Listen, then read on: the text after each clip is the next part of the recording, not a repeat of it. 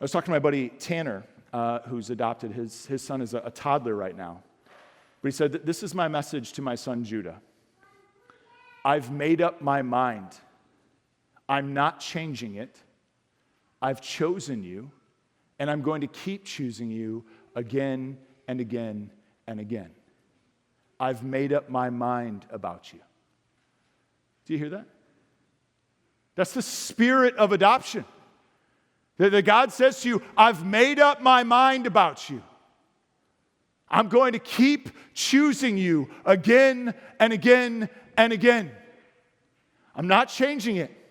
I've made up my mind about you. Now you may hear all this and think like that's nice, Pastor Gabe. All right, powerful stuff. But if this is true, if I'm an adopted child of God, why do bad things happen to me? Like, why isn't my dad looking out for me? Why do I still suffer? Well, it's funny you should ask that. That's exactly where this text goes next. Look with me at our next few verses.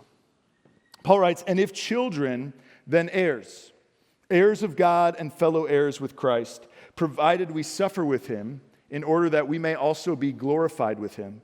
For I consider that the sufferings of this present time are not worth comparing with the glory that is to be revealed to us. And so Paul says here in verse 17, he says, being adopted children of God doesn't mean we won't suffer. In fact, he says, look at what happened to our older brother. Look what happened to Jesus. If we're part of his family, don't you think we will also suffer too? But he says we won't suffer for no reason. In fact, he says our suffering ultimately leads to our glory. Verse 18 is amazing.